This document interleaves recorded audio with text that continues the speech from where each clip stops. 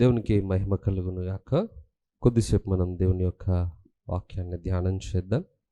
దినవాక్యం కొరకు మొదటి రాజుల గ్రంథం 19వ అధ్యాయం మొదటి 2 వచనాలను మనం చదువుకుందాం. ఏలియా చేసినదంతయు అతడు ఖడ్గము చేత ప్రవక్తలందరినీ చంపించిన సంగతియు ఆహాబు యెజబెలునకు తెలియచేయగా, యెజబెలు ఒక దూత చేత ఏలియాకు ఈ వర్తమానము పంపించెను. రేపు ఈ వేళకు నేను నీ ప్రాణమును వారిలో ఒకని ప్రాణం వలె చేయని ఎడల దేవుడు నాకు గొప్ప అపాయము కలగజేయునుగాక. హల్లెలూయా. ఈరోజు 19వ అధ్యాయంలో ఉన్నటువంటి చరిత్రని మనం ధ్యానించబోతూ ఉన్నాం. మరి ఇది కూడా చాలా విశాలమైన అంశము కనుక మరి అధ్యాయం అంతటిని ఈరోజు మనం పూర్తి చేయలేం. మన సమయాన్ని బట్టి కొన్ని వచనాలు మాత్రమే ఈరోజు మనం జ్ఞాపకం చేసుకుందాం. గడిచిన అధ్యాయం యొక్క ముగింపు మనం చూస్తే, ఏలియా కర్మెలు పర్వతం మీద ఒక గొప్ప వీరుడిగా దేవుని కార్యాన్ని కొనసాగించి దేవుని యొక్క నామమును మహిమపరచటానికి ఒక సాధనంగా ఏలియా మనకి కర్మెలు పర్వతం మీద కనబడ్డాడు. మరి దేవుని యొక్క మహాకృపను బట్టి బలమైన వర్షం ఆ రోజు ఇజ్రాయేలు దేశం మీద కురిపింపబడుతూ ఉంది. ప్రజలు అందరూ కూడా యెహోవాయే దేవుడు అని చెప్పి దేవుని నామాన్ని ఘనపరిచినటువంటి సందర్భం మనం చూస్తాం. ఇక అక్కడ సంఘటనలన్నీ పూర్తి చేయబడిన తరువాత ఆహాబు రాజు అలాగే ఏలియా అందరూ కూడా తిరిగి మరలా పట్టణంలోనికి వెళ్ళిపోయినటువంటి వివరాలతోటి గడిచిన అధ్యాయం ముగించబడింది. అలా వెళ్ళిపోయిన తర్వాత ఏం జరిగిందనే వివరాలు ఈ 19వ అధ్యాయంలో మనకి పరిచయం అవుతాయి. సో ఇక్కడ మానవుని యొక్క జీవితంలో ఉండేటువంటి 2 దశలను గురించినటువంటి వివరాలు ఈ 2 అధ్యాయాల్లో మనకు కనబడతాయి. ఎందుకంటున్నానంటే, గడిచిన అధ్యాయంలో మనం ఏలియాను చూస్తే ఏలియా చాలా రోషము కలిగిన వాడిగా కనబడతాడు.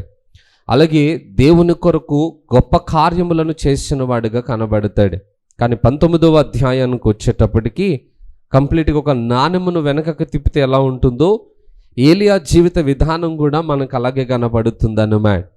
యాకోబు భక్తుడు మాట్లాడతాడు కదా, ఏలియా మన వంటి స్వభావము కలవాడే అని ఏ వచనాన్ని అయితే యాకోబు రాశాడో ఆ వచనం యొక్క నెరవేర్పు విధానము ఏలియా జీవితంలో మనం చూస్తాం. 2వ కోణం అన్నమాట, కంప్లీట్గా ఆపోజిట్ డైరెక్షన్లో మనకి ఏలియా ఈ యొక్క అధ్యాయంలో పరిచయం అవుతాడు. అంతేకాదు గడిచిన అధ్యాయం అంతట్లో దేవుని కొరకు గొప్ప కార్యములను చేసిన వాడిగా కనబడితే ఈ అధ్యాయంలో పారిపోతున్న వాడిగా కనబడతాడు అన్నమాట. సో ఒక మానవుని జీవితంలో విజయము ఉంటుంది, ఓటమి కూడా ఉంటుంది. ఒక మానవుని జీవితంలో కష్టము ఉంటుంది, సంతోషం కూడా ఉంటుంది. ఇవి రెండింటినీ కూడా దేవుడు మానవుని జీవితంలో జతపరిచి ఏర్పాటు చేశాడు అన్నమాట. ఒక మనిషి ఎప్పుడూ సౌఖ్యంగానూ ఉండలేడు, ఎల్లప్పుడూ విజయవంతమైన మార్గంలోనే వెళ్ళలేడు. కొన్నిసార్లు ఫెయిల్యూర్స్ కూడా వస్తాయి. అలా వచ్చినప్పుడు ఏం చేయాలి అనేటువంటి వివరాలు ఈ అధ్యాయం మనకి తెలియజేస్తుందన్నమాట. సరే, దానికంటే మునుపు అక్కడ జరిగిన వచనాలను బట్టి మనము ఈ అధ్యాయాన్ని ధ్యానించే ప్రయత్నం చేద్దాం. ఏలియా చేసినదంతయును అతడు ఖడ్గము చేత ప్రవక్తలనందరినీ చంపించిన సంగతియును ఆహాబు యెజబెలునకు తెలియచెప్పగా, ఆహాబు ఇంటికి వెళ్ళాడు. బయట భయంకరమైన వర్షం పడుతూ ఉన్న టైంలో యెజబెలు రాణి ఆహాబును ఎంక్వైరీ చేస్తూ ఉందన్నమాట. ఎందుకనంటే ఆమె కర్మెలు పర్వతం యొక్క ఆ సందర్భంలో మనకి కనబడదు. ప్రవక్తలు అందరూ ఉన్నారు, ప్రజలు ఉన్నారు, అలాగే ఆహాబు రాజు ఉన్నాడు తప్ప రాణి అక్కడ లేదు. మరి బహుశా తన టీం వాళ్ళు గెలవాలన్న ఆలోచన చేత ఇంటి దగ్గర ఉపవాసం ఉండి ప్రార్థన చేస్తుందో ఏమో మనకు తెలియదు. కానీ ఆహాబు ఇంటికి వచ్చేదాకా ఆమెకొక ఆసక్తి అన్నమాట. కర్మెలు పర్వతం దగ్గర ఏం జరిగింది, అక్కడ ఎవరు గెలుపు నొందారు, మేము నమ్మిన దేవుడు మమ్మల్ని ఎలా ఘనపరిచాడో, ప్రజలందరూ ఏం విషయాన్ని వారు తెలుసుకున్నారో, ఇదే ఆలోచనతోటి ఆమె మనసంతా కూడా కర్మెలు పర్వతం దగ్గర సంఘటన మీదే ఉండిపోయింది. ఆ సమాచారం ఇంకా ఆమె వరకు రాలేదు ఆ రోజు అంతట్లో. ఇక సాయంత్రము ఆహాబు రాగానే ఆమె వెంటనే ఆహాబుని ఎంక్వైరీ చేస్తుంది అన్నమాట. చాలామందికి ఈ యొక్క ఆలోచన విధానం ఉంటుంది. ఎవరైనా ఏదైనా ఒక పని నిమిత్తం బయటకు వెళ్ళారనుకోండి, వాళ్ళు ఆ పనిలో ఉన్నప్పుడు ఇక మనం వేరే పని మీద దృష్టి పెట్టలేం. అక్కడ ఏం జరిగిందో మనకు తెలిసేదాకా ప్రశాంతత ఉండదు. ఇక మనం వేరే ఏ పని మీద ఆసక్తిని కనపరచలేం. అక్కడ మనం అనుకున్నటువంటి పని మనం అనుకున్న రీతిలో నెరవేర్చబడితేనే మన మనసు కుదుటపడుతుంది. అప్పుడు వేరే పనుల మీద మనకు కొంచెం ధ్యాస మళ్లించబడుతుంది. ఇక రాణి కూడా ఆహాబు రాగానే చాలా ఆత్రంగా అడుగుండొచ్చు, ఏం జరిగింది, అక్కడ ఎవరు గెలిచారు, మనోళ్ళని గెలిచారా, అక్కడ ఏలియా పరిస్థితి ఏమైంది, ఏలియాని చంపేసావా, ఇలా ఎంతో ఆత్రంగా అడుగుతున్నప్పుడు ఆహాబు చెప్పిన సమాధానం ఏంటనంటే, దేవుడు ఎలాగ అక్కడ ప్రజలకి తన సమాధానాన్ని కనుపరిచాడో, ఏలియా ఏవేవి కార్యాలు అక్కడ చేశాడో, ప్రవక్తలను ఎలాగైతే ఖడ్గం చేత చంపేశాడో, ప్రజలందరూ ఎలాగైతే బయలును విడిచిపెట్టి యెహోవా తట్టు తిరిగిపోయారో, ఈ వివరాలన్నీ కూడా ఆహాబు యెజెబెలు రాణికి వివరణగా ఇస్తూ ఉన్నాడట. చూడండి, ఒక మూర్ఖులైనటువంటి భార్య భర్త మనకి ఇక్కడ పరిచయం అవుతారు. ఎందుకు వారిని మూర్ఖులు అని అంటున్నానంటే, సహజంగా వారిద్దరూ కూడా ఒక తప్పు సమాచారం పైన విశ్వాసాన్ని కలిగి ఉన్నారు. మనుషులంగా పొరపాట్లు చేయడం సహజమే, కానీ చేసిన పొరపాటును సరిదిద్దుకోవటానికి దేవుడు ప్రతి మానవునికి కూడా అవకాశాన్ని ఇస్తాడట.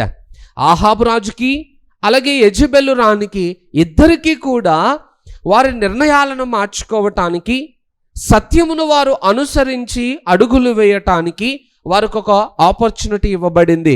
కానీ రాజు దాన్ని సద్వినియోగం చేసుకోలేకపోయాడు. కనీసం ఏలియా ఆ కర్మెలు పర్వతం మీద గొప్ప కార్యం చేసినప్పుడు ప్రజల వల్ల ఈయన కూడా యెహోవాయే మంచి దేవుడు అని చెప్పలేకపోయాడు. ఏలియాకి కనీసం కృతజ్ఞత కూడా చూపించలేకపోయాడు అన్నమాట. ఇంటికి వచ్చిన తర్వాత ఏలియా చేసినదంతా కూడా రాజుగారు రాణికి తెలియజేసినప్పుడు కనీసం రాణి అయినా సరి అయిన రీతిలో ఆమె స్పందించి ఉండాల్సిందే. అయ్యో, ఇంతకాలం మనం చాలా పొరపాటు చేశాం, మనము అసత్యాన్ని వెంబడించాం, మన నిర్ణయాలను బట్టి దేశం అంతా కూడా పాడైపోయింది. పోన్లే, ఎటకేలకి సత్యాన్ని తెలుసుకున్నాం గనుక మనం అందరం కలిసి వెళ్ళి యెహోవాను మహిమపరుద్దాం అని చెప్పటానికి బదులుగా ఆమె ఏం చేస్తుందట, ఏలియాను చంపడానికి ప్రణాళికలు వేస్తూ ఉందట. అందుకే అంటున్నాను, కుటుంబంలో ఇద్దరిలో ఎవరో ఒక్కరు జ్ఞానవంతులైనా కూడా ఒక కుటుంబము కట్టబడడానికి అవకాశాలు ఉంటాయి. ఇక్కడ ఈ ఇద్దరిలో నుండి కొన్ని పాఠాలు మనం నేర్చుకోవాలి. ఏంటనంటే, మొదట ఆహాబు జీవితంలో నుండి ఒక పాఠం, సంఘటనను వివరించే విధానంలో ఆహాబు కంప్లీట్గా నెగిటివ్ సెన్స్లో మాట్లాడుతూ ఉన్నాడు. చాలామంది ఒకటే సంఘటనను చూస్తారు, కానీ ఆ సంఘటన వివరించే విధానంలో చాలా మార్పులు మనకు కనబడతాయి. మనం సంఖ్యాకాండంలో చూస్తే 13వ అధ్యాయంలో ఒక వివరణ ఉంటుంది. మోషే వేగుల వారిని పంపించాడట కనానును చూడడానికి. 12 మంది వేగుల వారు వెళ్ళారు. వాళ్ళు కనాను దేశమంతా 40 దినములు సంచరించి అక్కడ ఉన్నటువంటి వివరములన్నిటిని కూడా సేకరించి తిరిగి మరలా ఇజ్రాయేలు ప్రజల దగ్గరకు వచ్చారు. అలా వచ్చిన తర్వాత ఆ 12 మందిలో 10 మంది ఒక రిపోర్ట్ ఇస్తే 2 మాత్రమే ఒక రిపోర్ట్ ఇచ్చారు. చూసిన సందర్భం ఒకటే కదా, 40 రోజులు ఒకే ప్రాంతాన్ని వాళ్ళు తిరిగారు కదా, అందరూ కలిసి ఒకే విధమైన సంఘటనలు చూశారు కదా, మరి రిపోర్ట్లో ఎందుకు మార్పులు వచ్చాయి అని అంటే, ఆ సంఘటనలను చూసే వాళ్ళందరూ ఒకటే గుంపుగా ఉన్నారు, కానీ వారి మనస్తత్వాలు మాత్రము ఒకే రీతిలో లేవు. 10 మందేమో నెగిటివ్ సెన్స్లో చూస్తూ ఉంటే 2 మాత్రమే పాజిటివ్ సెన్స్లో చూస్తూ ఉన్నారట. ఒకసారి చదువుకుందాం. సంఖ్యాకాండం 13వ అధ్యాయం 30వ వచనం నుండి చూడండి. కాలేబు మోషే ఎదుట జనులను నిమ్మలపరిచి, మనము నిశ్చయముగా వెళ్ళుదము, దాన్ని స్వాధీనపరచుకుందుము, దాన్ని జయించుటకు మనకు శక్తి చాలుననెను. అయితే అతనితో కూడా పోయిన ఆ మనుషులు, ఆ జనులు మనకంటే బలవంతులు, మనము వారి మీదకు పోజాలమనిరి. చాలు. అక్కడ 10 మంది చెప్తున్న రిపోర్ట్ ఏంటనంటే, అయ్యా, కనానుని మనం స్వాధీనం చేసుకోలేం. అక్కడ అనాకీయులో అనే వంశానికి చెందినటువంటి నెఫీలీలు ఉన్నారు. వాళ్ళు చాలా ఎత్తర మనుషులు. వాళ్ళ ఎదుట మేము మిడతల్లా కనపడ్డాం వాళ్ళకి. వాళ్ళ పక్క నుంచి ఉంటే మాకు కూడా అలానే అనిపించింది అనుకో, ఇక మనము ఆ ప్రాంతాన్ని గెలవలేం, కష్టం, సాధ్యం కాదు అని చెప్పి 10 మంది అక్కడున్న దృశ్యములన్నింటినీ దృష్టిలో పెట్టుకుని ప్రజలతో మాట్లాడుతూ ఉన్నారట. అంటే ప్రజలందరూ ఉండగానే మోషేతో చెప్తా ఉన్నారట. వెంటనే ప్రజలందరూ కూడా ఏడవడం మొదలు పెట్టారు. పెద్ద శబ్దము అక్కడ ఆరంభం అయిపోయింది. ఆ ప్రాంతం అంతా కూడా గందరగోళంగా మారిపోతుంటే కాలేబు, యెహోషువ ఆ ఇద్దరు కూడా ఆ 12 మంది గుంపులో ఉన్న వాళ్ళు ఏం చేశారట, ప్రజలను నిమ్మలపరిచి మోషేతో చెప్తున్నారు, అయ్యా ఆ ప్రాంతాన్ని ఖచ్చితంగా మనం స్వాధీనం చేసుకుంటాం, దేవుడు ఆ స్వాస్థ్యాన్ని మనకి ఇవ్వబోతున్నాడు అని చెప్పి వాళ్ళు ఇంకొక రకంగా రిపోర్ట్ ఇస్తూ ఉన్నారు అన్నమాట. సో ఆ 10 మంది ఈ ఇద్దరు ఇచ్చిన ఆ రిపోర్ట్స్లలో ఎవరు దేవుని దృష్టికి యోగ్యులుగా ఎంచబడ్డారు అని అంటే యెహోషువ, కాలేబ్ మాత్రమే దేవుని దృష్టికి యోగ్యులుగా ఎంచబడ్డారు. ఈరోజు మన లైఫ్లో కూడా కొన్ని సందర్భాలు మనం చూసేటప్పుడు మనం చూసే విధానము సరి అయినది అయితే రిపోర్ట్ కూడా మనం సరిగానే దాని గురించి తీసుకోగలుగుతాం.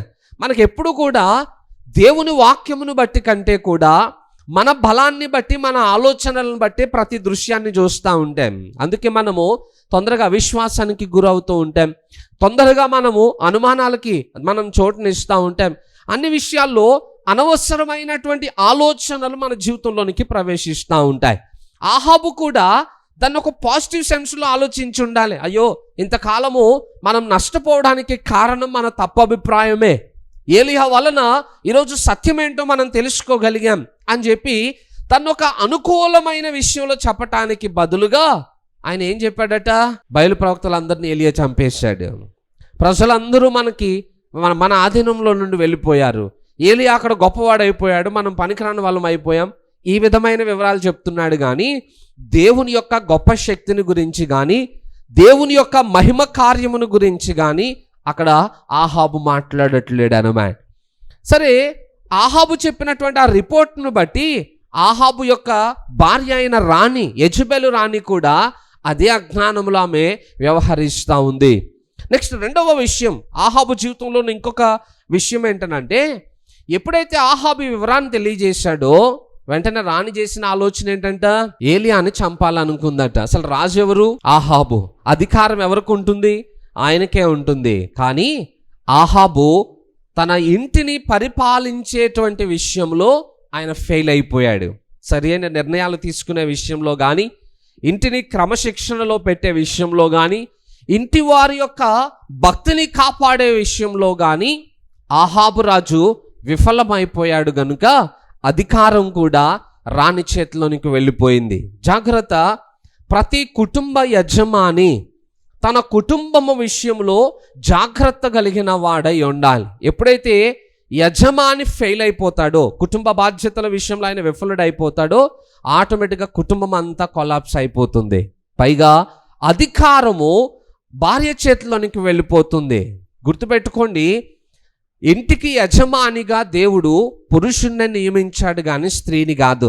అయితే కొన్ని కుటుంబాలలో పురుషులైన వారు లేదా యజమానులైన వారు సరి అయిన రీతిలో ఉండక వారు జ్ఞానమును కలిగిన వారై ఇంటిని పరిపాలించనందున ఆ కుటుంబాలన్నీ కూడా అస్తవ్యస్తంగా మారిపోతూ ఉన్నాయి. దేవుడు ఎవరికి ఏ బాధ్యతనిచ్చాడో ఆ బాధ్యతలకు తగినటువంటి సామర్థ్యాన్ని కూడా వాళ్ళకే ఇస్తాడు. ఆ సామర్థ్యము లేని వారు ఆ అధికారాన్ని వినియోగించుకోవాలనుకున్నప్పుడు ఆ ప్రయత్నాలన్నీ కూడా ఖచ్చితంగా తప్పుదారిలోనికి వెళ్ళిపోతాయి. దయచేసి అలాంటి పరిస్థితి రాకుండా ఉండాలంటే ప్రతి పురుషుడు తన కుటుంబ బాధ్యతల విషయంలో జ్ఞానమును కలిగిన వాడై ఉండాలి.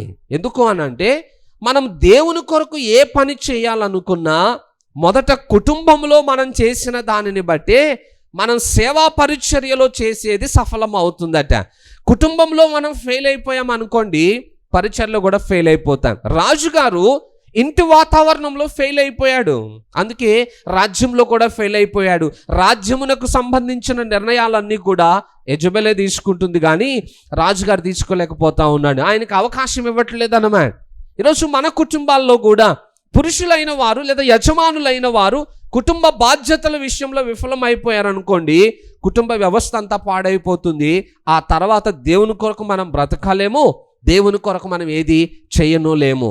అందుకే ప్రతి యజమాని కూడా పిల్లల్ని పెంచే విషయంలో కానీ, కుటుంబాన్ని పోషించే విషయంలో కానీ, కుటుంబానికి ఇచ్చే ప్రాముఖ్యతల విషయంలో కానీ కుటుంబ యజమాని దైవికమైనటువంటి నిర్ణయాలతో అడుగులు వేయకపోతే, బాధ్యతారహితంగా ప్రవర్తిస్తే ఆ కుటుంబం నష్టపోవడం ఖాయం.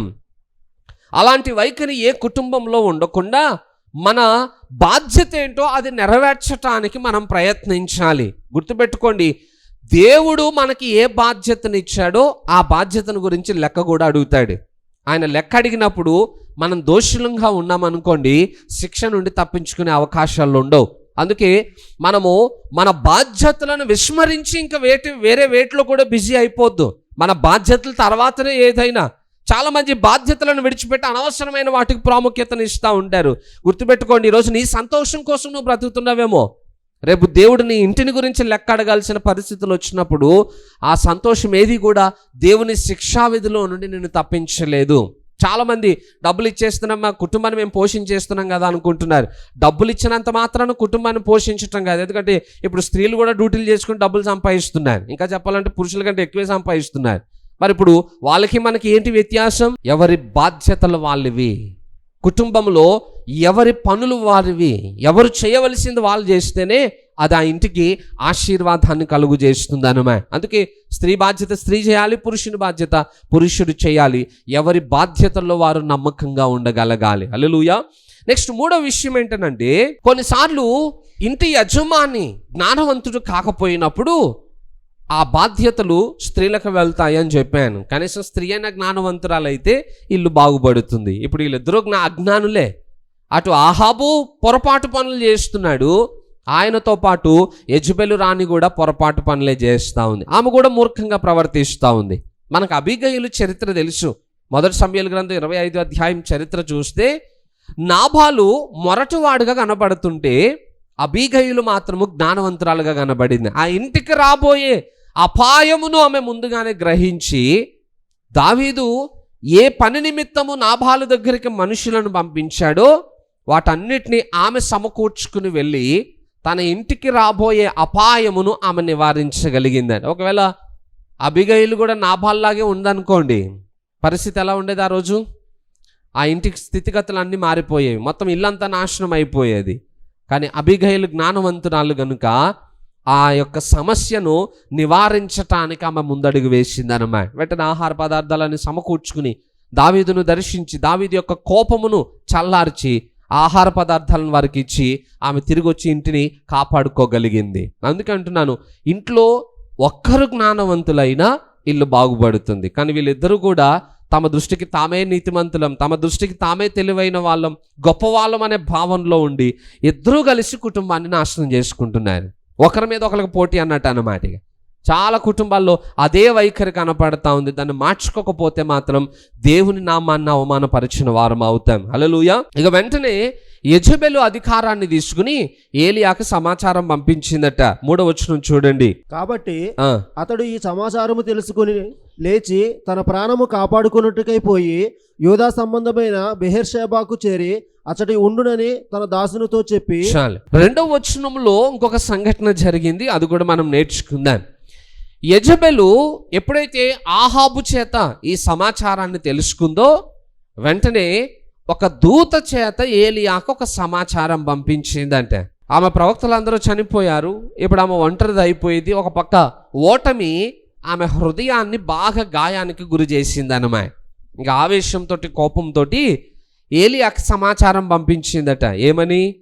రేపు ఈ వేళకు నీ ప్రాణాన్ని కూడా ఇగో వారిలో ఒకని ప్రాణం వల్లే నేను చేయబోతున్నాను. నా ప్రవక్తలందరినీ నువ్వు చంపేశావు కదా, రేపు ఈ సమయానికి నీకు కూడా అదే స్థితిని నేను తీసుకురాబోతున్నాను. ఒకవేళ అలా తీసుకురాకపోతే దేవుడు నాకు గొప్ప అపాయమును కలుగు చేయునుగాక అని చెప్పి ఏలియాతోటి సవాలు విసిరిందట ఆమె. ఆలోచన చేయండి, ప్రజల క్షేమం కొరకు ప్రయాసపడినటువంటి దేవుని సేవకుని గౌరవించి గణపరచటానికి బదులుగా వారిని చంపాలి అనేటువంటి ప్రయత్నములో యెజబెలు నిర్ణయాలు తీసుకుంటుందట. చూడండి, దేవుని యొక్క నామమును బట్టి దేవుడు ఏర్పాటు చేసుకున్నటువంటి సేవకుల విషయంలో ఎవరైతే నిర్లక్ష్య వైఖరిని కనుపరుస్తారో లేదా దేవుని యొక్క సేవకును అగౌరవపరిచి అఘనతకి గురి చేసేటువంటి ప్రయత్నాలు చేస్తారో వారి జీవితాల్లో దేవుడు ఎప్పుడూ కూడా మౌనంగా ఊరుకునే పరిస్థితులు రావు. మోషే కాలంలో మనకు బాగా తెలుసు, మిరియాము మోషే యొక్క అక్క. ఏదో ఒక సందర్భంలో ఆమె మోషే మీద కోపపడిందట. మోషేని నేరారోపణ చేసింది, మోషే మీద కోపగించి ఆయనను తిట్టినందుకు దేవుడు వెంటనే మిరియాము మీద తన ఉగ్రతను కురిపించాల్సి వచ్చింది. ఆమె దేవుని యొక్క ఉగ్రత చేత మొత్తబడి కుష్ఠవ్యాధి కలిగినదిగా మారిపోయిందట. ఆ వ్యాధిని గురించి కూడా బైబిల్లో వివరణ ఇవ్వబడింది. ఎలా ఉంటుందనంటే, సగము శరీరము క్షీణించిపోయినటువంటి శిశువు వలె ఆమె శరీరం మారిపోయిందట. మొత్తం బక్క చిక్కిపోయి ఆ రూపమే అందవికారముగా ప్రజలకి భయాన్ని కొలిపేదిగా మారిపోయిందట. ఏం చేసింది మిరియాము? అంత కఠినమైన శిక్షను దేవుడు విధించడానికి అని అంటే, దేవుడు ఏర్పాటు చేసుకున్నటువంటి సేవకుని విషయంలో ఆమె తీరు దేవునికి నచ్చలేదట. ఆమె వారిని అప్రోచ్ అయ్యే విధానము దేవునికి అంగీకార యోగ్యంగా అనిపించలేదట. అందుకే దేవుడు మోషే విషయంలో మిరియామును శిక్షించాల్సి వచ్చిందన్నమాట.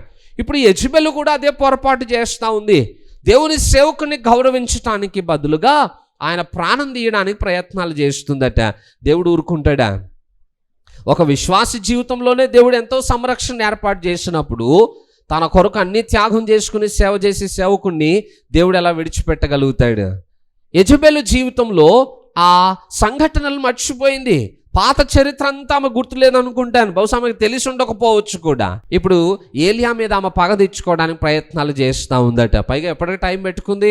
సమాచారం చంపేయాలనుకున్నప్పుడు అప్పటికప్పుడే చంపేస్తే అయిపోద్ది కదా. ఇదేమన్నా సినిమానా?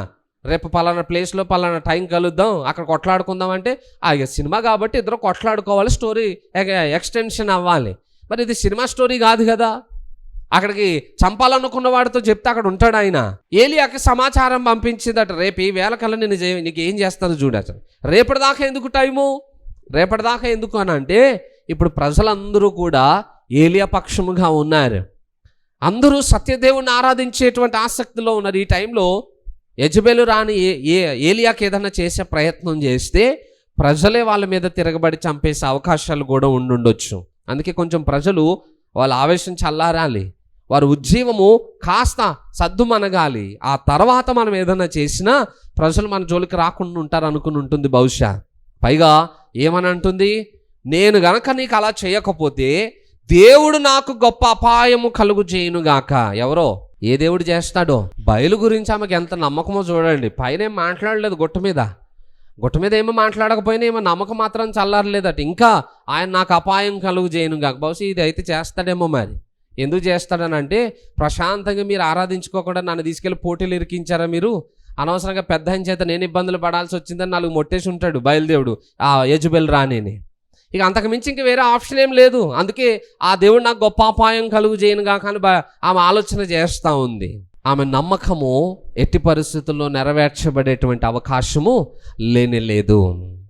యెజబెలు రాణి సమాచారం ఇవ్వగానే ఏలియా ఇప్పుడు దాకా మనకు కనబడిన దానికి ఆపోజిట్లో మారిపోతాడు. ఇప్పుడు ఒక్క సంఘటనతోటి ఏలియా జీవితంలో ఎంత మార్పు వచ్చేస్తుందో చూడండి. మళ్ళొకసారి 3వ వచనం చదువుకుందాం. కాబట్టి అతడు ఈ సమాచారము తెలుసుకుని లేచి తన ప్రాణమును కాపాడుకున్నట్టుకై పోయి యోధా సంబంధమైన బెయేర్షెబాకు చేరి అతడ ఉండమని తన దాసునితో చెప్పి తాను ఒక దిన ప్రయాణము అరణ్యంలోనికి పోయి ఒక బదిరీ వృక్షము కింద కూర్చుండి మరణాపేక్ష గలవాడై, యెహోవా, నా పితరుల కంటే నేను ఎక్కువ వాడను కాను, ఇంత మటుకు చాలును, నా ప్రాణము తీసుకొనుము అని ప్రార్థన చేసెను. కాబట్టి అతడు ఈ సమాచారము తెలుసుకొని లేచి తన ప్రాణమును కాపాడుకొనుటకై. ఎవరు కాపాడాలనుకున్నారట? ఏలియా ప్రాణాన్ని ఏలియానే కాపాడుకోవాలనుకున్నాడట. చూడండి, ఇప్పటిదాకా బలవంతుడు ధైర్యవంతుడిగా కనపడిన ఏలియా ఒక్కసారిగా పిరికివాడైపోయాడు. 17వ అధ్యాయం 1వ వచనంలో మనం చూస్తే ఏలియా ఎవరి దగ్గరికి వెళ్ళి సవాలు విసురుతున్నాడు? ఆహాబు దగ్గరికి వెళ్ళి మాట్లాడుతున్నాడు. యెహోవా జీవము తోడు, ఆకాశం నుండి వర్షమైనను మంచైనను కురవదు. అప్పుడు ధైర్యం ఏమైపోయింది? కర్మెలు పర్వతం మీద ఎవరు నిజమైన దేవుడు సవాలు విసిరాడు. బయలు ప్రవక్తలు అందరూ ఒక పక్క, రాజుగారు ఒక పక్క, ప్రజలందరూ ఒక పక్క, ఏలియా ఒక్కడే ఒక పక్కన ఉన్నాడు. అప్పుడు కూడా ధైర్యంగా పోరాడి దేవుని గొప్ప కార్యాన్ని నెరవేర్చాడు ఏలియా. ఇప్పటిదాకా ధైర్యవంతుడు బలవంతుడిగా కనపడిన వాడు ఒక్కసారిగా పిరికివాడైపోయాడు. ఇప్పటిదాకా విశ్వాసవీరుడుగా కనపడిన వాడు ఇప్పుడు కలవరముతో నిండిపోయాడట. తన ప్రాణమును తానే కాపాడుకోవాలి అని అనుకున్నాడట. అసలు ఏలియా ప్రాణాన్ని ఇప్పటిదాకా కాపాడింది ఎవరు? ఆహాబు రాజు ఎప్పుడో చంపేయాలనుకున్నాడు కదా.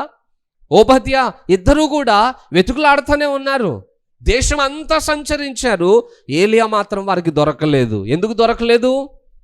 దేవుడే ఏలియాని కాపాడడం మొదలుపెట్టాడట.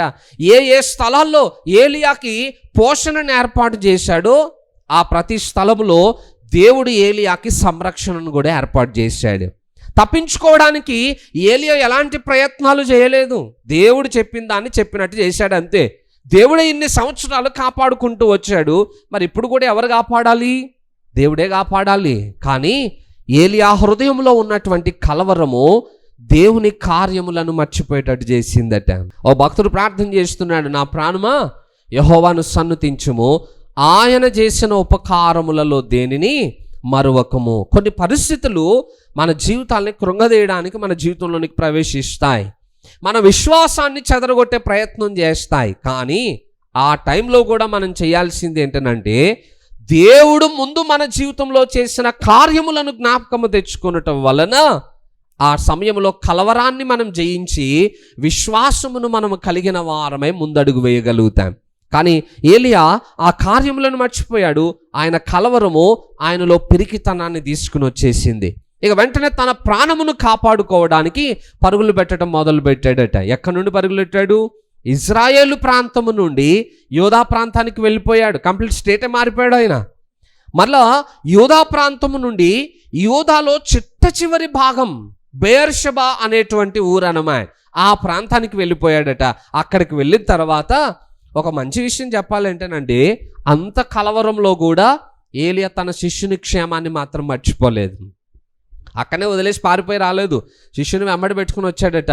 బెయేర్షెబాలో చెప్తున్నాడు, నువ్వు ఇక్కడనే ఉండు, నేను వచ్చేదాకా ఇక్కడనే ఉండు నువ్వు అని చెప్పి శిష్యుణ్ణి క్షేమంగా ఒక స్థలంలో విడిచిపెట్టిన తర్వాత మరలా బెయేర్షెబా నుండి ఒక దిన ప్రయాణం అంత దూరము అరణ్యంలోనికి వెళ్ళిపోయాడట. దిన ప్రయాణము అని అంటే దాదాపు 24 గంటల సమయం. అంత దూరము లోపలికి ప్రవేశించి ఒక బదరి వృక్షం కింద కూర్చుని అప్పుడు ప్రార్థన చేయడం మొదలు పెట్టాడట. అంటే ఏలియా మనస్తత్వం ఏంటంటే వీళ్ళు వెతికినా నేను దొరకొద్దు, అసలు నేను ఇక్కడ ఉన్నాననే ఆలోచన కూడా వాళ్ళకి రావద్దు. ఎంత సాధ్యమో అంత దూరం ఆయన పరుగులెట్టే ప్రయత్నాన్ని చేస్తూ ఉన్నాడట. గుర్తుపెట్టుకోండి, మన జీవితంలో మనం ఎదుర్కోవలసినటువంటి పరిస్థితుల్లో నుండి దేవుడు మనల్ని కాపాడితే తప్ప వాటిలో నుండి మనం తప్పించుకోవాలనేటువంటి మన ప్రయత్నం ఉంటుంది చూసారా, ఆ ప్రయత్నాలన్నీ కూడా దేనికి పనికి రానివి. ఎందుకు? మనిషి ఎప్పుడు కూడా తన బలాన్ని బట్టే ప్రయత్నాలను ఆలోచిస్తాడు. కానీ ఎవరైతే దేవుని మీద ఆధారపడతారో దేవుని యొక్క గొప్ప సంరక్షణ వారి జీవితాల్లో చూస్తారు. ఏలియా ఎంత కలవరంతో నిండిపోయాడనంటే కనీసం తానున్న స్థలంలో నిలబడి దేవుని చిత్తం ఏంటో తెలుసుకుని ప్రార్థన చేయలేనటువంటి పరిస్థితి. ఇప్పుడు అసలు ఏలియా ఆహాబు దగ్గర ఆ మాటలు చెప్పగానే కెరీతు వాగు దగ్గరికి వెళ్ళమని చెప్పింది ఎవరు? దేవుడే కదా. ఇప్పుడు నువ్వు కెరీతు వాగు దగ్గరికి వెళ్ళు, నీకు అక్కడ నేను ఆహారాన్ని సిద్ధపరిచాను. కెరీతు నుండి సారెపతికి వెళ్ళమని చెప్పింది ఎవరు? దేవుడే. అక్కడ మళ్ళీ నీకు పోషణ ఏర్పాటు చేయి. సారెపతి నుండి మళ్ళీ ఇశ్రాయేల్ దగ్గరికి రమ్మని చెప్పింది ఎవరు? దేవుడే. మరి ఇన్నిసార్లు దేవుని స్వరం విని ఇన్నిసార్లు దేవుడు చెప్తేనే కదిలినప్పుడు మరి ఇక్కడ కూడా అదే పని చేసి ఉండాలిగా. యెజబెల్ నిన్ను చంపేస్తానని అన్నప్పుడు దేవునికి వినబడి ఉండదా ఆలోచన? దేవునికి తెలిసి ఉండదా ఆ ప్రణాళిక? మరి దేవుడు నీకేం చెప్పలేదు కదా వెళ్ళిపోమని, పారిపోమని కూడా ఆయన ఏమి నీకు సలహా ఇవ్వలేదు కదా. అసలు దేవుడేం మాట్లాడలేదు కదా. నువ్వని అడిగేది ఉండే, అయ్యా యెజబెల్ నా విషయంలో ఇలాంటి ఆలోచన చేస్తుంది కదా, నన్ను ఏం చేయమంటావు? దేవుడిని అడుగుంటే దేవుడు మాట్లాడేవాడుగా. ఇప్పటిదాకా మాట్లాడిన దేవుడు ఇప్పుడు ఎందుకు మాట్లాడకుండా మౌనంగా ఉంటాడు? ఏలియాకి ఆ ఆలోచన కూడా పుట్టలేదట. అయ్యో దేవుని అడుగుదాం, దేవుని ఉద్దేశం ఏంటో తెలుసుకుందాం, నా సొంత ఆలోచనలు ఎందుకు నాకు అని దేవుని మీద ఆధారపడడానికి కూడా ఇష్టపడలేదు. మనం కూడా అంతే. మనకు ఏదైనా ఒక టెన్షన్ వచ్చింది అనుకోండి, ఫస్ట్ మనం చేయాల్సిన ప్రయత్నాలు అన్నీ చేసేస్తాం. అది నష్టమా కష్టమా ఏం ఆలోచించాం. అన్ని ప్రయత్నాలు అయిపోయి అన్ని రకాలుగా సతికిలు పడ్డ తర్వాత ఉన్న చోట కూర్చుని ప్రభు ఏదైనా చేయొచ్చు కదా నాయన. ఎప్పుడు అడగాలి మాట? ఫస్ట్ అడగాలి. ఆరంభంలోనే మనం ప్రార్థన చేసాం, అన్నీ అయిపోయిన తర్వాత దేవుని దగ్గరకు, ప్రభు ఇప్పుడు ఏమైనా చేయొచ్చు కదా. అసలు ఎప్పుడు అడగాల్సింది ఎప్పుడు అడుగుతామో చూడండి. మనం అడగాల్సిన సమయంలోనే ఆ ప్రశ్న అడిగితే ఏలియా ఇంత దూరం ప్రయాణం చేయాల్సిన అవసరం లేదుగా, ఇంతగా అలసిపోవాల్సిన అవసరం కూడా లేదుగా. అడగాల్సిన టైంలో అడగట్లేడు ఆయన. మనం కూడా అంతే, మన పరిస్థితుల్లో ఫస్ట్ మన బలంతో ఏదో చేసేసి తప్పించుకోవాలని అనుకుంటాం. ఆ ప్రయత్నాలు ఎప్పటికీ పనికి రావు. ఫస్ట్ దేవుణ్ణి అడిగి తెలుసుకోవడం మనం నేర్చుకోవాలి. ఎందుకనంటే మన ముందు 100 దారులు ఉంటాయి. అందులో ఏ మార్గంలో మనం పరుగులు పెడతాం, ఏ మార్గానికి ఏ గమ్యం ఉందో మనకు తెలియదు. కానీ దేవుడు భవిష్యత్తును ఎరిగిన దేవుడు కనుక ఏ మార్గంలో వెళ్ళాలో ఆయన మనకి బయలుపరుస్తాడు. కాబట్టి మనం ఏ మార్గంలోనూ అడుగు పెట్టక మునిపే మనం దేవుణ్ణి అడిగితే గమ్యం ఏది మనకి క్షేమకరము సురక్షితమైనదో ఆ గమ్యాన్ని దేవుడు మనకి బయలుపరిచి అదే మార్గంలో నడిపిస్తాడు. అప్పుడు మన సమయము ఆయుష్కాలము మన జీవితంలో వృధా కాకుండా మనం కాపాడుకున్న వారం అవుతాం. హల్లెలూయా. సరే, ఇప్పుడు బదరి వృక్షం దగ్గరికి వెళ్ళిపోయాడట. వెళ్ళిపోయి అక్కడ ఏం చేస్తున్నాడట? మరణాపేక్ష గలవాడై. ఏం జరిగిందట? ఆ బదరి వృక్షం కింద కూర్చుని మరణాపేక్ష కలిగిన వాడిగా చచ్చిపోతే బాగున్ను అని అనిపించిందట ఏలియాకి. ఎందుకు అంత బాధ?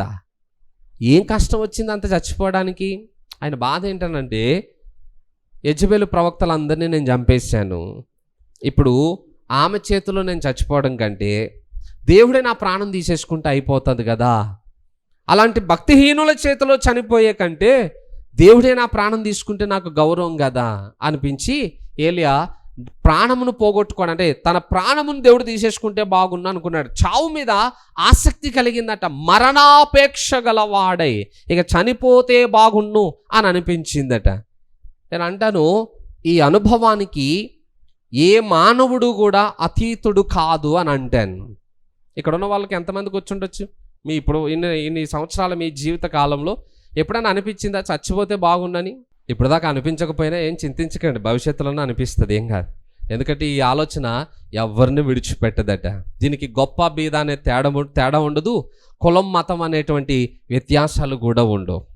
ఏదో ఒక సమయంలో ఏదో ఒక కారణాన్ని బట్టి ఈ ఆలోచన మన హృదయపు తలంపులను ఖచ్చితంగా తడుతుందట. అసలు ఇప్పుడు ఆలోచనలు రావడానికి పెద్ద పెద్ద రీజన్స్ కూడా అవసరం లేదు. చిన్న చిన్న వాటికి చచ్చిపోయే వాళ్ళు ఉన్నారు. ఇప్పుడు ఎంతమందికి వస్తాయో ఈ ఆలోచనలు, చచ్చిపోతే బాగున్ను అని. ఆలోచన రావడమే లేడికి లేచిందే పరుగంటారు చూసారా, అలాగ ఆలోచన రావడమే లేట్ అన్నట్టుగా చాలామంది చాలా సింపుల్గా ప్రాణం తీసేసుకుంటున్నారు. చాలా ఈజీగా సూసైడ్లకి డెసిషన్ తీసేసుకుంటున్నారు. చావు ప్రతి ఇంటిని ఖచ్చితంగా తడుతుంది, ప్రతి వ్యక్తిని దర్శిస్తుంది. మరణాపేక్ష అనేది ఏదో ఒక టైంలో మన దగ్గర కూడా వస్తుంది. దానికి కారణం ఏంటి అని అనడానికి ఏ కారణం చెప్పలేం, చాలా రకాల కారణాలు ఉంటాయి. అందుకే అంటున్నాను, ఒక దృశ్యాన్ని చూసేవాని యొక్క మనస్తత్వాన్ని బట్టి అది చిన్నదా పెద్దదా, అది కష్టమా సులభమా అనేటువంటి నిర్ణయాలు కూడా వస్తాయి. ఒకడు ఎగ్జామ్లో ఫెయిల్ అయిపోయాడు అనుకోండి, ఒకడు అనుకో సప్లిమెంటరీ ఉంది కదా రాసుకుందాంలే అని అంటాడు ఒకడు. అదే ఎగ్జామ్లో ఫెయిల్ అయిపోతే ఇంకొకళ్ళు లైఫే ఫెయిల్ అయిపోయింది అనుకుని చనిపోయిన వాళ్ళు చాలామంది ఉన్నారు. ఒకటే ఎగ్జామ్ కానీ ఒకళ్ళేమో నెక్స్ట్ ఆప్షన్ కోసం ఎదురు చూస్తుంటే ఇంకొకళ్ళు అసలు ఆప్షనే లేదనుకుంటూ చనిపోవడానికి ఇష్టపడే వాళ్ళు చాలామంది ఉన్నారన్నమాట. జాగ్రత్త, సాతాను ఖచ్చితంగా ప్రతి వ్యక్తి జీవితాన్ని నాశనం చేయడానికి ఇలాంటి ప్రణాళికలను మన జీవితంలోనికి తీసుకుని వస్తాడు. మరణాపేక్ష మన జీవితంలో పుట్టిస్తాడట. దీనికి ఎవ్వరూ అతిథులు కాదు. కొన్నిసార్లు సేవ పరిచర్లు కూడా అనిపిస్తుంది. మనం అనుకుంటాం సేవకులు గట్టిగా ఉంటారండి, వాళ్ళకి ఏం టెన్షన్స్ ఉండవు, వాళ్ళకి ఏం కలవరం ఉండదు అనుకుంటాం. కానీ ఇక్కడ ఏలియా సేవకుడు కాదా? ఏలియా గొప్ప పరిచర్య చేసిన వాడు కాదా?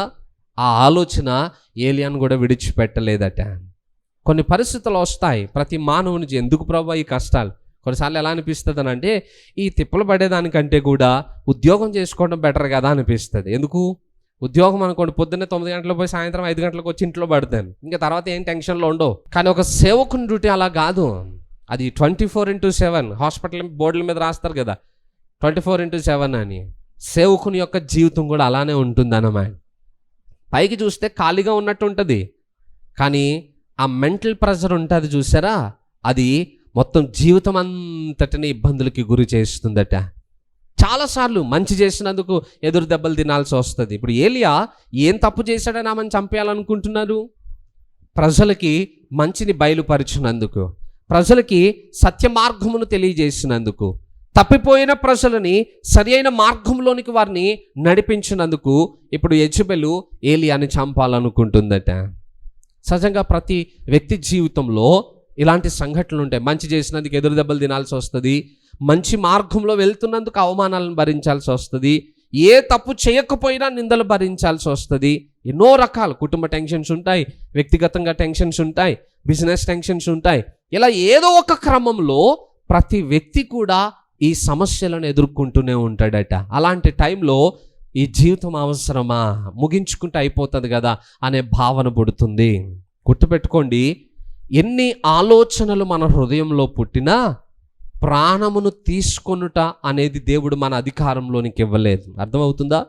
ప్రసంగి గ్రంథంలో వ్రాయబడి ఉంది, దేవుడే మనల్ని పిలుస్తాడట, నరులారా తిరిగి రండి అని. ఆయన పిలిచేంత వరకు ఈ భూమి మీద మనం బ్రతకాల్సిందే. ఎందుకంటే మరణాపేక్ష అనేది మనలో పిరికితనాన్ని కనుపరుస్తుంది. పిరికివాడు పరలోక రాజ్యానికి చేరలేడు. పైగా ఇంకొకటి ఏంటనంటే, దేవుడు మన జీవితంలో ఏ పరిస్థితులను అయితే అనుమతించాడో అవి మనము భరించగలిగినవే.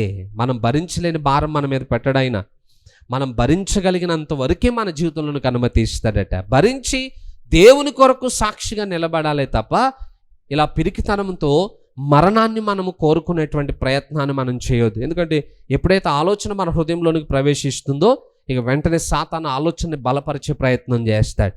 మనల్ని దేవుని దృష్టిలో భక్తిహీనులుగా మార్చేసేటువంటి ప్రయత్నం చేస్తాడు. అలాంటి ప్రయత్నాలు బైబిల్లో చాలా సంఘటనలు జరిగాయి. యోబు అనుకున్నాడట, ఇక నా జీవితం ముగించబడితే బాగుందని. సొలొమోను అనుకుంటున్నాడు, బ్రతుకుట నాకు అసహ్యమాయను. రిబ్కా అనుకుంటుంది, ఇక నేను ఎందుకు బ్రతకాలి అని. ఒక వచనం చదువుకుందాం. ప్రసంగి గ్రంథం 2వ అధ్యాయం 17వ వచనం చూడండి. సొలొమోను భక్తుడు చేసినటువంటి ఆలోచన విధానం. ఇది చూడగా సూర్యుని కింద జరుగునది నాకు వ్యసనము పుట్టించెను, అంతయు వ్యర్థముగాను ఒకడు గాలికై ప్రయాసపడినట్టుగాను కనబడిన గనుక బ్రతుకుట నాకు అసహ్యమాయను. దేనికి అసహ్యం అనిపించిందట ఆయనకి? సొలొమోనుకి ఏం తక్కువ చెప్పండి, అసలు ఏం లోటు ఉంది ఆయనకి చచ్చిపోవడానికి? అన్నీ ఉన్నాయిగా, డబ్బు ఉంది, ఆస్తిపాస్తులు ఉన్నాయి, సౌఖ్యం ఉంది, కావాల్సినంత మంది పని వాళ్ళు ఉన్నారు. మరి నున్నా కూడా ఎందుకు సార్ మీరు చనిపోవాలనుకుంటున్నారంటే అన్నీ వ్యర్థం అనిపిస్తుంది. అయ్యా అన్నీ ఉన్నాయి, కానీ ఏది కూడా ఆయన జీవితంలో తృప్తినివ్వట్లేదట. బ్రతుకుట నాకు అసహ్యమాయను. ఈ ఆలోచన ఎవరిని విడిచిపెట్టదు. కానీ ఇలాంటి ఆలోచనలు మన జీవితంలోకి వచ్చినప్పుడు వెంటనే ఆ ఆలోచనను జయించే ప్రయత్నం మనం చేయగలగాలట. ఏలియా జీవితంలో ఆలోచన వచ్చింది. ఏలియా ఏమంటున్నాడు, ఇక చాలును, నా పితరుల కంటే నేను ఎక్కువ వాడును కాను, ఇంత మట్టుకు చాలును, నా ప్రాణము తీసుకొనుము అని ప్రార్థన చేశాను. ఏలియా ఆయన పనిని ఇక అక్కడ ముగించేయాలనుకుంటున్నాడట. నా పితరుల కంటే నేను గొప్పవాడను కాను, ఇంత మట్టుకు ఇప్పటిదాకా చేసింది చాలయ్యా అని అంటున్నాడు. ఎందుకు ఆ ఏలియాకు ఆలోచన వచ్చేసింది అని అంటే, ఏలియా మంచి చేసిన దానికి ఇప్పుడు సమస్యను ఎదుర్కోవాల్సి వచ్చిందన్నమాట. ఆ సమస్య ఆయనను బాగా కృంగదీసిందట. పైగా ఏలియా జీవితంలో అంతమంది ప్రజలు మారారు కదా, దాన్ని దృష్టిలో పెట్టుకోలేదు ఏలియా, అది మర్చిపోయాడు. మారనటువంటి యెజెబెలు ఆహాబును మాత్రమే చూస్తున్నాడు. వాళ్ళిద్దరూ మారలేకపోయేటికి ఇంకెందుకు నాయనా నేను ఇంకేం కష్టపడి ఏం లాభం, వాళ్ళిద్దరు అసలు మారలేదు కదా అంటే మారనిద్దరిని చూసి ఏలియా కృంగిపోతున్నాడు. కానీ మారిన ఒక దేశమంతటిని చూసి ఏలియా ధైర్యం తెచ్చుకోవట్లేదు. పైగా ప్రజలందరూ ఈయనను చూసే కదా ధైర్యం తెచ్చుకుని యెహోవాయే దేవుడని సాక్ష్యం ఇచ్చారు. అంతమంది ధైర్యపడ్డారు, ఏలియా ఏమో ఇప్పుడు కృంగిపోతా ఉన్నాడు. సేవకుల జీవితాల్లో ఇలాంటి పరిస్థితులు కూడా వస్తాయి. సేవ చేసేటప్పుడు ఈ అనుభవాలు కూడా మనం ఎదుర్కోవాలి. ఖచ్చితంగా వాటిని జయించి నిలబడకపోతే సేవ పాడైపోతుంది. ఎందుకంటే ఈరోజు సమాజంలో సేవ చేసే వారిని గురించి చాలామంది చాలా రకాలుగా మాట్లాడే వాళ్ళు ఉన్నారు. ఒక ఆయన అంటాడు ఏంటనంటే, పాస్టర్లు దశంభాగాల కోసమే పరిచర్య చేస్తారండి, లేకపోతే వాళ్ళు ఎందుకు చేస్తారు అని అంటున్నాడు ఒక ఆయన. నిజమే, కానీ ఒక మాట గుర్తుపెట్టుకోవాలి ఏంటనంటే, ప్రజలను భక్తి పేరు చెప్పి విచ్చలవిడితనానికి వదిలేయడానికి పెద్దగా కష్టపడాల్సిన అవసరం ఏం లేదు. అర్థమవుతుందా? ఒక సేవకుడు పడే కష్టము సహజంగా ఎవరికి అర్థం కాదు. భక్తి పేరు చెప్పి విచ్చలవిడితనానికి వదిలేస్తే సేవకుడు ఏం కష్టపడాల్సిన అవసరం లేదు, వచ్చిన డబ్బులు తీసుకుని ప్రశాంతంగా ఎంజాయ్ చేయొచ్చు. కానీ ఏ సేవకుడైతే సంఘం యొక్క క్షేమాన్ని ఆలోచించి ఈ సంఘము క్రీస్తు రాకడలో నిత్యత్వంలోనికి చేర్చబడాలి. శ్రమలు అనేటువంటి అగ్ని చేత సంఘము పరీక్షింపబడుతున్నప్పుడు ఆ పరీక్షకు నిలబడినదై ఉండాలి అనే ఆలోచనతో సేవ చేస్తాడు చూసారా. ఆ సేవకుని జీవితంలో ఎప్పుడూ కూడా ప్రశాంతమైనటువంటి పరిస్థితులు చూడలేరు. ఎందుకంటే ఒక సేవకుడికి ఎన్ని కమిట్మెంట్స్ ఉంటాయో తెలుసా. కుటుంబాన్ని చూసుకోవాలి, కుటుంబంలో భక్తి చూడాలి, ఆర్థిక పరిస్థితులు చూడాలి, కుటుంబం యొక్క క్షేమాన్ని చూడాలి. ఎందుకంటే విశ్వాసులు చాలామంది ఎట్లా మాట్లాడతారని అంటే, కుటుంబంలో ఏదైనా సేవకుని కుటుంబంలో చిన్న సంఘటన జరిగింది అనుకోండి, ఏదైనా ఒక నెగిటివ్లో, ఎందుకంటే అందరూ మనుషులే, కానీ ఏదైనా నెగిటివ్ జరగగానే పాస్టర్ గారు కుటుంబాన్ని కాపాడుకోలేకపోయి మనకేం వచ్చి చెప్తాడులే, ఈజీగా అయిపోదా ఒక మాటతోటి, చేసిన సేవ అంతా కొలాప్స్ అయిపోదా, నోటి మాటే సింపుల్గా అయిపోతుంది అన్నమాట. ఆ భయానికి ఇప్పుడు సేవను కాపాడాలంటే సేవకుడు మొదట ఎవరిని కాపాడాలి? కుటుంబాన్ని కాపాడాలి. కుటుంబం ఫెయిల్ అయిపోతే సేవ కూడా ఫెయిల్ అయిపోతుంది. అందుకొరకు ఒక సేవకుడు కుటుంబం కొరకు ఎంత జాగ్రత్తలు తీసుకోవాల్సి వస్తుందో తెలుసా. పిల్లల విషయంలో జాగ్రత్త, కుటుంబం విషయంలో జాగ్రత్త, వాళ్ళ ఆరోగ్యము, ఆర్థిక పరిస్థితులు, వారి భవిష్యత్తు, ఇలా ఎన్నో రకాల టెన్షన్స్ తోటి ఒక సేవకుడు కుటుంబాన్ని జాగ్రత్త పరచుకోవాల్సి వస్తుంది. సాక్ష్యాన్ని కాపాడుకోవాలి. ప్రతికూలతలు చాలా ఉంటాయి, చాలా ఇరిటేషన్స్ ఉంటాయి. అయినా సేవకుడు ఏదైనా ఒక పొరపాటు చేయాలంటే భయం అనిపిస్తుంది. ఎందుకంటే నా సాక్ష్యం పాడైపోతే నా సేవ కూడా పాడైపోతుంది అన్న భయం ఉంటుంది చూసారా. ఆ భయానికి సేవకుడు అన్ని విషయాల్లో ఓపికతోటి ఫలించడానికే ఇష్టపడతాడు. కుటుంబాన్ని కాపాడుకోవాలి, నెక్స్ట్ సంఘాన్ని కాపాడుకోవాలి. కుటుంబం పేరు చెప్పి సంఘాన్ని వదిలేస్తే సేవ పాడైపోతే ఆయన ఇంకెక్కడ సేవ చేస్తాడు వెళ్ళి. సో సంఘాన్ని కాపాడాలి. సంఘం కాపాడాలంటే సంఘంలో ఒకళ్ళే ఉంటారా? ఒక్కొక్కరిది ఒక్కొక్క రకమైన సమస్య, ఒక్కొక్కరిది ఒక్కొక్క భక్తి స్థాయి, ఒక్కొక్కరికి ఒక్కొక్క సమస్య. వాళ్ళందరినీ జాగ్రత్తగా చూసుకోవాలి. కొంతమంది అత్యుత్సాహాన్ని చూపే వాళ్ళు ఉంటారు, కొంతమంది అన్ని విషయాల్లో చల్లారిపోయే వాళ్ళు ఉంటారు, కొంతమంది తొందరపాటు వాళ్ళు ఉంటారు, కొంతమంది వెనకాల ఎక్కడో ఆగిపోయేటోళ్ళు ఉంటారు. వాళ్ళని వీళ్ళని అందరినీ కలిపి అందరినీ జాగ్రత్తగా చూసుకుని అందరినీ సంరక్షించి అందరినీ ప్రోత్సహించి బలపరచదామని మీటింగులు పెడితే మీటింగులకి రారాలి, మళ్ళీ వాళ్ళని బలపరచాలి. ఎక్కువ మీటింగులు పెడితే ఏమనుకుంటారో అన్న భయం, అసలు పెట్టకపోతే ఏమైపోతారో అన్న భయం, గట్టిగా గద్దిస్తే చర్చికి మానేస్తారేమో అన్న భయం, గద్దించకపోతే చెడిపోతారేమో అన్న భయం. ఒక రకమైన బాధ. స్టేజ్ మీద ఉండి ప్రసంగం చేస్తే బాగానే ఉంటుంది అనిపిస్తుంది. పాస్టర్ గారు చూసారా స్టేజ్ ఎక్కి ఎంత గొప్పగా మాట్లాడుతున్నాడో మైక్ పట్టుకుని, చూసారా వాళ్ళ గౌరవం చూడండి, వాళ్ళ గొప్పతనం చూడండి ఉంటుంది. ఇక్కడ నిప్పుల కుంపటి కాళ్ళ కింద, ఏ మాట మాట్లాడాలన్న భయమే, ఏం చెప్పాలన్న భయమే, ఏం చెప్పాలో అర్థం కాదు, ఎలా సరిదిద్దాలో అర్థం కాదు. కొన్నిసార్లు ఎంత గొప్ప ప్రసంగం చేసినా జీవితాలు మాత్రం అక్కడనే ఉంటాయి. ఏ మార్పు కానీ చలనం కానీ ఉండదు అనమాట. అదే మూర్ఖత, అదే నువ్వు చెప్పుకో ఇంకా నువ్వు చెప్పుకో, మాది మాత్రం చెవిటోడి శంఖమే అన్నట్టు ఇక అలానే ఉంటుంది అన్నమాట. ఇక ఏదో సామెత ఉంటుంది, దున్నపోత మీద వర్షం కురిసింది అన్నట్ట ఓ సామెత ఉంటుంది అనమాట. ఎంత వర్షం కురిసినా అది మాత్రం చేలోబడి మేస్తూనే ఉంటుందట. ఆ వర్షాన్ని చూసి మనమందరం చెట్ల కింద పరిగెడతాం, కానీ దానికి ఏ స్పందన ఉండదు, నన్ను ఏం చేస్తుంది లేదన్నట్టు. కొంతమంది విశ్వాసుల వైఖరి కూడా అలానే ఉంటుందట. నువ్వు చెప్పుకోగా, మేము మాత్రం అంతే. మరి ఇప్పుడు సంఘాన్ని కాపాడాలిగా. సంఘం కోసం రాత్రింబగళ్ళు కలవరంతో ఉండిపోతుంది మనసులో, అదే ఆందోళన, అదే ఆలోచన. మళ్ళీ ఇది అంతా పోను సమాజం నుండి ఎదురు దెబ్బలు. ఇగో పాస్టర్లు దశంభాగాల కోసమే పనిచేస్తారు, పాస్టర్లకి కానుకల గురించే పరిచర్య చేస్తారు, పాస్టర్లు అది చేస్తున్నారు ఇది చేస్తున్నారు అని సంఘము నుండి సమాజంలో నుండి నిందలు. వాటికి తట్టుకుని నిలబడాలా? ఎవరో ఒక మాట అనగానే మనకు ఉక్రోషం వచ్చేది. ఇంట్లో వాళ్ళు ఒక మాట అంటేనే మనం పడతామా? అసలు ఒక మాట అంటే మనం తట్టుకోగలుగుతామా? తిరగబడిపోతాం. మరి సేవకుడికి ఎంతమంది ఎన్ని మాటలు అంటారు, వాటన్నిటికీ సేవకుడు రెస్పాండ్ అయ్యాడు అనుకోండి, సేవ నిలబడుతుందా? అప్పుడు సేవకుడు కూడా చోటోళ్ళలాగే ప్రవర్తించాల్సి అనుకోండి, ఇక దులుపుకుంటా పోవడమే అన్నమాట. నెక్స్ట్ 4వది, సాతాను నుండి కూడా సమస్యలు వస్తాయి. సాతాను కూడా సేవకుని మీద అటాక్ చేస్తాడు. ఎందుకంటే నాయకుడు కాపరి పాడైపోతే సేవ కూడా పాడైపోతుంది. అందుకు సాతాను సేవకుని మీద కూడా దృష్టి పెడతాడట, సేవకుని నాశనం చేయడానికి ప్రయత్నం చేస్తాడు. సో సాతాను దగ్గర నుండి సంరక్షించుకోవాలి. పైగా దేవుని నుండి కూడా. ఎందుకు దేవుని నుండి?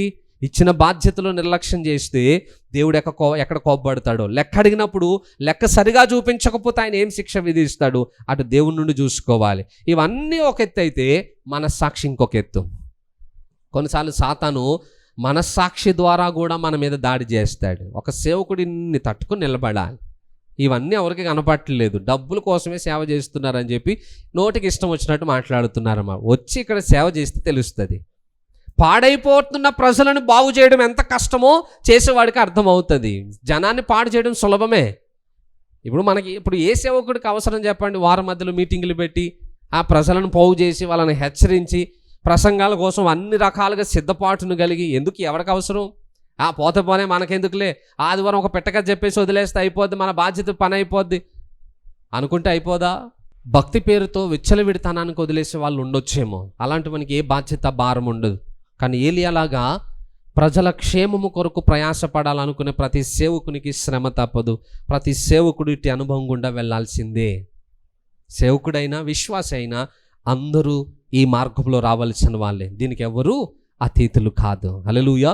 ఎందుకంటే బైబిల్లో మోషే జీవితంలో చూస్తాం. మోషే అంటాడు, ఇజ్రాయేలు ప్రజలను చూసి చూసి చూసి విసిగిపోయి వాళ్ళ విషయంలో మోషేకి కూడా కోపం వచ్చేసిందట. ఇంతకీ ఎందుకు కోపం అయ్యానంటే వాళ్ళు మాంసం అడిగారట. చాలా రోజులు అయిపోతుంది మాంసం తినక, మాంసం కావాలనిపించి ఏడుస్తున్నారట వాళ్ళు మోషే దగ్గరకు వచ్చి. మాకు ఐగుప్తులోనే బాగుంది సార్, కీరకాయలు, దోసకాయలు, చేపలు, వారానికి ఒకసారి నాన్ వెజ్ తినేటోళ్ళం. ఈ అడవిలో పడ్డ తర్వాత ఆ నూగు వాసన వచ్చేటువంటి ఆ మన్నా తప్ప మళ్ళీ మాకు ఏం పెట్టట్లేదు మీరు, ఇదేం పద్ధతి సార్, అసలు కనీసం వారానికి ఒకసారైనా మీరేం భోజనాలు పెట్టరా అనేసి మోషే మీద చదువుతూ ఉన్నారట వాళ్ళు. మోషే అంటున్నాడు, మీకు మాంసం ఎక్కడ నుండి తేవాలరా బాబు, మీరు ఒకళ్ళిద్దరు ఉన్నారా? మళ్ళా వెళ్ళి దేవున్నాడు, ప్రభు వీళ్ళని నేను ఏమన్నా కన్నానా నాయన, నాకెందుకు చెప్పి తిప్పలు, నాకెందుకు చెప్పి తలనొప్పి? మోషేకి అనిపిస్తుందా? మాకు అనిపించదా? మాకు రాదా బాధ? మాకు ఉండదా టార్చరు? మోషే అంటున్నాడు, ఎందుకు నాయన నాకు ఈ తిప్పలు, నేనేమన్నా వీళ్ళని కన్నానా? వీళ్ళ గురించి నేను ఆలోచించడానికి? మోషే కూడా విసిగిపోయాడు. ఆసాపు అంటున్నాడు, భక్తి కాపాడుకోవడం వేస్టే. ఆసాపు కూడా విసిగి అనిపించిందట లోకాన్ని చూసి. ఎందుకు సార్ నా హృదయాన్ని శుద్ధిగా అంటే పరిశుద్ధంగా ఉంచుకోవడం, నేనేదో భక్తి మార్గంలో అడుగుడు వేయడం వేస్టే ఈ బతుకు. ఆసాపు కూడా అనిపించిందట. అబ్రామ్ అంటున్నాడు, అబ్రామా నేను నిన్ను ఆశీర్వదిస్తానంటే, నువ్వేమిచ్చి ఏం లాభం నాయన, సంతానం లేదు, ఇక నువ్వు ఏమిచ్చినా మళ్ళీ అది నా పనివాడే కదా, దానికి అంతటికి ఆస్తికర్త అవుతాడు, ఇక నాకు నువ్వు ఏమిచ్చి ఏం లాభం చెప్పు. అబ్రహాము కూడా ఆ కృంగుదల పోలేదు. నిరుత్సాహము ఆయనను కూడా విడిచిపెట్టలేదు. భక్తులందరినీ టచ్ చేసింది ఆ నిరుత్సాహం. ఎందుకంటే సాతాను యొక్క బలమైన ఆయుధాలలో నిరుత్సాహం ఫస్ట్ ప్లేస్లో ఉంటుందట. ప్రతి మానవుణ్ణి ఆ ఆయుధంతో సాతాను నాశనం చేయడం మొదలు పెడితే ఎవరిని విడిచిపెట్టాడు. ఒక రోజట సాతాను కొన్ని ఆయుధాలు అమ్ముతా ఉన్నాడట. కోపము, అసూయ, ద్వేషము, కలహము, లోకాశలు, అలాంటి ఆయుధాలు అన్నీ అమ్ముతుంటే దేవుని దూత వెళ్ళి అన్నాడట, ఇగో ఇవన్నీ నాకు ఇచ్చేస్తావా, నేను కొనుక్కుంటాను అని చెప్పాను. కానీ అన్నీ ఇచ్చేస్తాను అన్నాడట. పక్కనే ఒకటి మాత్రం కవర్ కప్పి దాచిపెట్టాడట. దేవుని దూత అన్నాడట, మరి ఇవన్నీ ఇచ్చేసావు, అదొకటి ఎందుకు దాచిపెట్టావు, అది కూడా ఇచ్చేస్తే అయిపోద్ది కదా అని అంటే సాతాను అన్నాడట, అది మాత్రం అస్సలు ఇవ్వను నీకు. ఏమైంది, అదెందుకు, దానికి కూడా డబ్బులు ఇస్తాను కదా నీకు అని అంటే, లేదు ఈ ఆయుధం ఒక్కటి నాకు చాలు, మొత్తం క్రైస్తవ సమాజం అంతటి నాశనం చేస్తాను. ఏం ఆయుధం అయ్యా అని అంటే నిరుత్సాహం. దానికి దొరకనోడు ఎవడు? అది రాని వాని జీవితం ఎక్కడుంది? ప్రతి ఒక్కరి జీవితంలో ఏదో ఒక సమయంలో నిరుత్సాహం వస్తుంది. కుటుంబ విషయంలోనో, ఆరోగ్యం విషయంలోనో, ఆర్థిక పరిస్థితుల విషయంలోనో, వ్యాపార విషయంలోనో నిరుత్సాహం వస్తుంది ఖచ్చితంగా. వచ్చినప్పుడు ఈ ఆయుధాన్ని నేను వాడతాను. ఆ ఆయుధంతో వాళ్ళని కృంగదీసి వాళ్ళని నాశనానికి నడిపిస్తాను, మరణానికి వారిని ప్రేరేపిస్తాను అని చెప్పి సాతాను సీక్రెట్ని బయలుపరిచాడట. జాగ్రత్త. జీవితం కంటే మన జీవితంలో మనకు కలిగి ఉన్నవి ఏవి విలువైనవి కాదు. అర్థమవుతుందా? జీవితమే అన్నింటికంటే విలువైనది. దానికంటే మన జీవితంలో ఉన్నది ఏది విలువైనది కాదు. ఏదో పోగొట్టుకున్నంత మాత్రమే జీవితమే పోయిందని అనుకుని జీవితాన్ని ముగించుకునే ప్రయత్నం ఎప్పుడూ చేయకండి. అది పిరికివాని లక్షణం. ఏలియాకు కూడా పిరికితనం వచ్చేసింది. ఇక వెళ్ళి ప్రార్థన. కానీ ఒక్క మంచి విషయం ఏంటంటే ఏలియా ప్రాణం తీసుకోలేదు. చనిపోవాలనుకున్నప్పుడు మరి చచ్చిపోద్దు కదా. చెట్టు కింద ఉన్నావుగా, వేరన్నా ఏదైనా ఒకటి వేసుకుని ఊరేసుకుని చచ్చిపోవచ్చుగా. మరి వర్షాలు బాగా పడ్డాయి కదా, ఏదో నదిలో దూకి చచ్చిపోవచ్చుగా. ఏలియాకు తెలుసు, నా ప్రాణం నేను తీసుకుంటే నేను నిత్యత్వానికి చేరను. అందుకే దేవుని దగ్గరికి వెళ్ళి ప్రార్థన చేస్తున్నాను, ప్రభా నా ప్రాణం తీసేసుకొని ఆయన. మరి దేవుడు ఏలియా ప్రార్థన ఆలకించాడా లేదా? వచ్చే వారం మనం నేర్చుకుందాం. హల్లెలూయా. మంచిది. కొద్ది మాటలు దేవుడు దీవించును గాక. ప్రార్థన చేసుకుందాం. పరిశుద్ధుడా మా ప్రియ పరలోకపు తండ్రి, నీకు వందనాలు ప్రభా. దేవ, ఈరోజు నీ వాక్యము ద్వారా మాతో మాట్లాడున్నందుకు నీకు మహిమ చెల్లిస్తున్నాను. విన్న మాటలు మాలో ఫలింప చేయండి నాయన. అయ్యా, నిరుత్సాహము మమ్మల్ని దర్శించినప్పుడు దాని ప్రభావమునకు మేము గురి కాకుండానట్లుగా నీ వాక్యమును మా హృదయంలో భద్రపరచండి. ఆ వాక్యమును బట్టి మేము విశ్వాసములో వర్ధిల్లునట్లుగా, మనోధైర్యముతో వాటన్నిటినీ జయించున్నట్లుగా మాకు కృప చూపమని, ఈ మాటలను బట్టి మమ్మల్ని ప్రోత్సహించి మేమందరము నీ చిత్తమును నెరవేర్చు వారముగా మమ్మల్ని నడిపించమని యేసు నామములో ప్రార్థిస్తున్నాను తండ్రి. ఆమెన్.